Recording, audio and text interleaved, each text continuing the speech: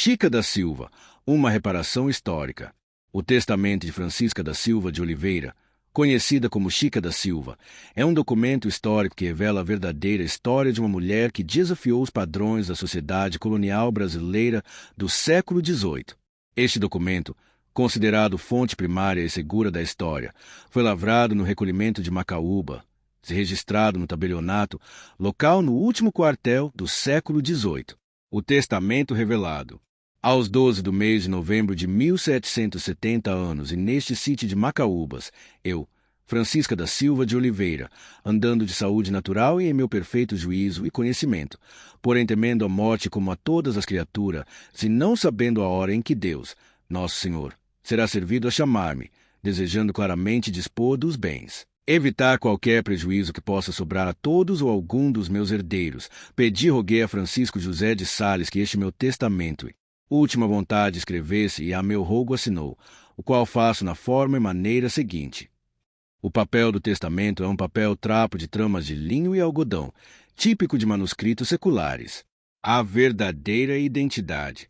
Origem. Declaro que sou filha natural de Antônio Caetano de Sá, que morreu religioso de Nossa Senhora do Monte do Carmo, no convento do Rio de Janeiro, e de Maria da Costa. Sou nascida no Arraial do Milho Verde, batizada na capela de Nossa Senhora dos Prazeres, do mesmo arraial, filial da matriz de Nossa Senhora da Conceição da Vila do Príncipe. Família. Declaro que nunca fui casada e que tenho 14 filhos naturais, a saber, 5 machos e 9 fêmeas que têm por nome Simão, filho do Dr. Manuel Pires Sardinha, e João, José, Joaquim, Antônio, Francisca, Rita, Ana, Helena, Luzia, Maria, Quitéria, Mariana e Antônia, todos filhos do desembargador João Fernandes de Oliveira. Chica nasceu entre 1731 e 1735, na região de Milho Verde, filha de Maria Costa e do capitão Caetano Sá, um homem branco. Ainda na infância, foi submetida ao trabalho escravo. Quando jovem, foi vendida para um médico português que morava no Arraial do Tejuco, Manuel Pires Sardinha, com quem teve seu primeiro filho, Simão. Uma história de amor. João Fernandes chegou ao Tejuco para administrar o contrato do diamante em meados de 1754. Rapidamente conheceu Chica, comprou-a de Manuel Pires Sardinha e a alforriou em dezembro do mesmo ano. Em abril do ano seguinte, nasceu a primeira filha do casal, também chamada Francisca. O João Fernandes chega no Tejuco para administrar o contrato dos diamantes logo no início de meados de 1754, evidentemente, pelo que a gente vai ver depois. Eles se conhecem ali, muito rapidamente. Vão estabelecer uma relação. Ele vai comprar a Chica do Manuel Pires Sardinha. E em dezembro ele vai alforriá-la, e em abril nasce a primeira filha dos dois que recebe o nome de Francisca também. Um relacionamento incomum. Alforria. A Chica foi libertada pelo João Fernandes na véspera do Natal. Então eles se conhecem logo no começo de agosto, ela já fica grávida e no Natal ela é alforriada. Amor verdadeiro. Certamente é uma história de amor, até porque esse comportamento do João Fernandes não é usual. Normalmente, esses homens que tinham um relacionamento com as suas escravas, era muito comum eles libertarem na pia batismal o descendente legítimo deles, mas nem quase nunca as próprias companheiras. Família. João Fernandes é um homem muito rico, influente, e ele foi se apaixonar justamente por Chica da Silva. O título de amante, ele não serve para a Chica. João Fernandes não possuía outra família. Com a Chica, ele teve 13 filhos e ele assumiu todos esses filhos em documento publicamente. Os dois só não se casaram porque a igreja e o Estado não permitiam esse tipo de casamento entre pessoas de diferentes raças e condições sociais na época. Patrimônio e posição social. Como a maior parte dos meus bens consiste em escravos, se algum dos meus herdeiros quiser receber na mesma espécie a parte que lhe tocar, mando que lhe seja precedida nos tais mesmos escravos pela sua avaliação. Chica usufruía de uma posição privilegiada, pois João Fernandes foi o homem mais rico do Império Português na época. No testamento, ela declara que seu principal patrimônio são escravos, não alforriando nenhum deles, contrariando o mito sobre sua generosidade. Declaro que todo o ouro lavrado que se achar por meu falecimento em joias e peças com diamantes ou sem eles, pertença única e privativamente às ditas minhas filhas, por assim ter sido dado por seu pai, o dito desembargador João Fernandes de Oliveira, antes de passar para Portugal. Os escravos no distrito diamantino eram frequentemente alugados para real extração, representando uma importante fonte de renda para os moradores locais. Cuidado com a família. Declaro que a dita minha mãe, Maria da Costa, por estar muito pobre, tenho assistido até o presente, e é minha intenção assistir para o futuro com tudo o que for preciso para seu sustento e vestuário, e assim, no caso dela sobreviver ao tempo do meu falecimento, é minha vontade que os meus testamenteiros da minha terça lhe deem, por uma vez somente, 300 oitavas de ouro, cuja quantia não bastando continuando-lhe Deus a vida por mais anos, recomendo a todos os meus filhos e filhas. Pela minha bênção e pela de Jesus Cristo, lhe continuem a mesma assistência como eu faria do necessário para a sua sustentação e que, assim mais que uma escrava, por nome Quitéria, que lhe dei para servir em sua vida, lhe não seja tirada e não somente depois da sua morte. No testamento, Chica conta que cuidava da mãe, que era muito pobre, sustentando-a e até mesmo dando-lhe uma escrava para servi-la. Isso demonstra seu cuidado com a família, apesar de manter comportamentos tradicionais da época, como não amamentar os próprios filhos, utilizando amas de leite escravas para essa função. Religiosidade e status social. Fé católica. Em primeiro lugar, encomendo e entrego a minha alma à Santíssima Trindade que a criou, a Jesus Cristo que a remiu com seu precioso sangue, ao santo do meu nome, ao anjo da minha guarda e a todos os santos e santas da corte do céu a quem invoco e clamo por meus interesses e advogados protestando que cumprisse na santa fé lei que ensina a Igreja Católica Romana, nossa mãe, e que nela espero morrer e salvar-me como verdadeira e fiel cristã. Participação nas Irmandades. Chica da Silva pertenceu à Ordem Terceira de São Francisco e a todas as Irmandades do Tijuco, inclusive Irmandade de Brancos. Era muito ativa. Frequentava a igreja e participava das atividades da ordem, inclusive fazendo doações. Reconhecimento social. Ao longo da documentação, ela começa a ser chamada primeiro de Francisca da Silva, depois assume o nome Francisca da Silva de Oliveira e também passa a ser tratada como Dona Francisca de Oliveira, um tratamento exclusivo das mulheres brancas na época. Preparação para a morte. Acompanharão meu corpo à sepultura o pároco e todos os mais sacerdotes que se acharem no lugar do meu falecimento, e os mesmos dirão missa de corpo presente por minha alma, e me farão um ofício também de corpo presente, aos quais dará a esmola costumada e não podendo fazer-se o dito ofício no dia próprio do meu enterramento, por ser ocupado em alguma festa ou solenidade. Será este no dia terceiro ou no primeiro que houver desimpedido. Acompanharão também o meu corpo todas as irmandades que houver na paragem onde acontecer meu falecimento, e a cada uma delas lhe dará a esmola de 20 oitavas. E para que se diga 100 missas para a minha alma, 400.000 réis, a que a lei novíssima de Sua Majestade se me permite, ou por esmolas e legados. Local de sepultamento. O meu corpo será sepultado na capela ou matriz onde acontecer o meu falecimento, declarando, porém, que, acontecendo no Arraial do Tejuco, quero que seja o meu corpo sepultado na igreja da Venerável Ordem Terceira de São Francisco. Não estando essa acabada ou havendo algum impedimento, na capela de Santo Antônio do mesmo arraial, defronte da capela do Senhor dos Passos. Chica foi enterrada na igreja São Francisco, que só era frequentada por pessoas da alta sociedade. Isso prova que ela conseguiu manter seu status social até o fim da vida, contrariando a ideia de que teria morrido na miséria.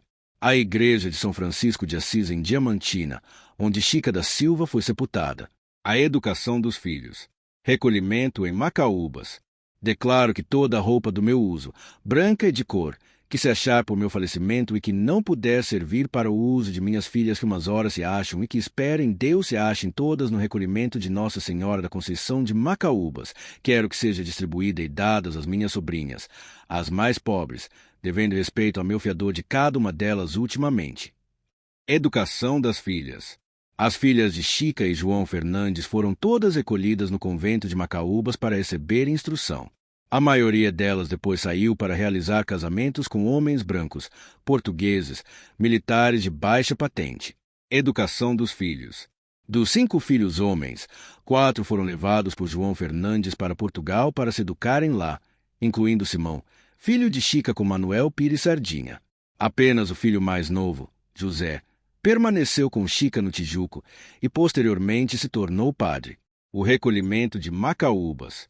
João Fernandes construiu uma ala no recolhimento de Macaúbas com celas destinadas ao abrigo das filhas, se também ao abrigo dos escravizados que serviriam a essas filhas.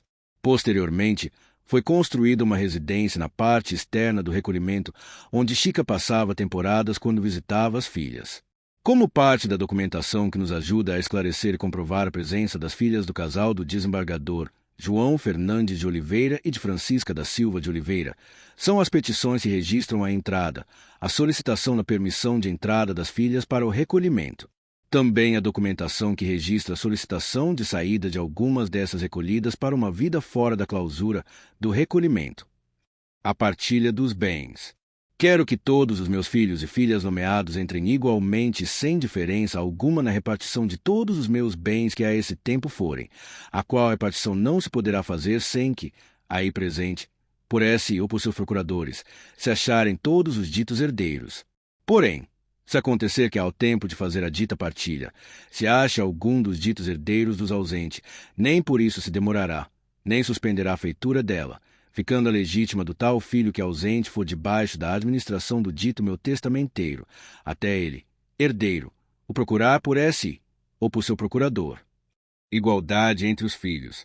Chica determinou que todos os seus filhos e filhas deveriam receber partes iguais de sua herança, sem distinção entre eles.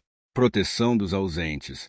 Ela também garantiu que os filhos ausentes, aqueles que estavam em Portugal, teriam seus direitos preservados, com suas partes da herança mantidas sob a administração até que pudessem reclamá-las. A distorção histórica. A primeira pessoa que escreveu sobre Chica foi Joaquim Felício dos Santos, em 1868, descrevendo-a como uma mulher feia, desprovida de inteligência, cruel e desumana. Essa obra representa o pensamento machista e escravista da época, e não quem de fato foi Chica da Silva. Joaquim Felício dos Santos era um homem do século XIX, machista, misógino e escravocrata. Ele foi advogado de divórcio de uma das netas de Chica e se escandalizou ao descobrir que pessoas consideradas da elite de Diamantina descendiam de uma escrava. Os atributos negativos que Joaquim Felício atribuiu a Chica refletem os padrões de beleza e valores da época, que elegiam as mulheres brancas como referência. Ao dizer que Chica era feia, ele estava comparando-a com o padrão europeu de beleza. A mineração e o conhecimento africano. A mão de obra empregada na mineração era composta por africanos submetidos ao trabalho escravo, mas que possuíam conhecimento especializado. Eles já dominavam a arte da mineração na África e produziam ferramentas como bateia, peneira e enxada, instrumentos que até hoje são utilizados pelos garimpeiros. No século XVIII, eles criaram o mito de que era necessário se ter um escravo em mina para se encontrar muitos diamantes. Na realidade, precisava de ter alguém que conseguisse identificar, no meio do material, chamado satélite, o que era diamante. Era uma mão de obra extremamente especializada. O garimpo e suas tradições. Técnicas tradicionais. É assim que eles garimpavam. Eles tiravam o diamante aqui na bateia. Hoje é na peneira, né? Quem ainda mexe com o garimpo, tira na peneira, mas fazendo assim. Quando ficava pouco material, aí elas iam tirando material assim na mão. Tradição familiar. Meu avô era garimpeiro, meu pai também garimpeiro. Meu pai nasceu de Bar da Lapa, lá onde eles garimpavam, e veio para aqui, para a comunidade, e eu aprendi com meu pai. E com 7 para 8 anos a gente já estava na atividade de garimpeiro, entendeu? A economia do diamante.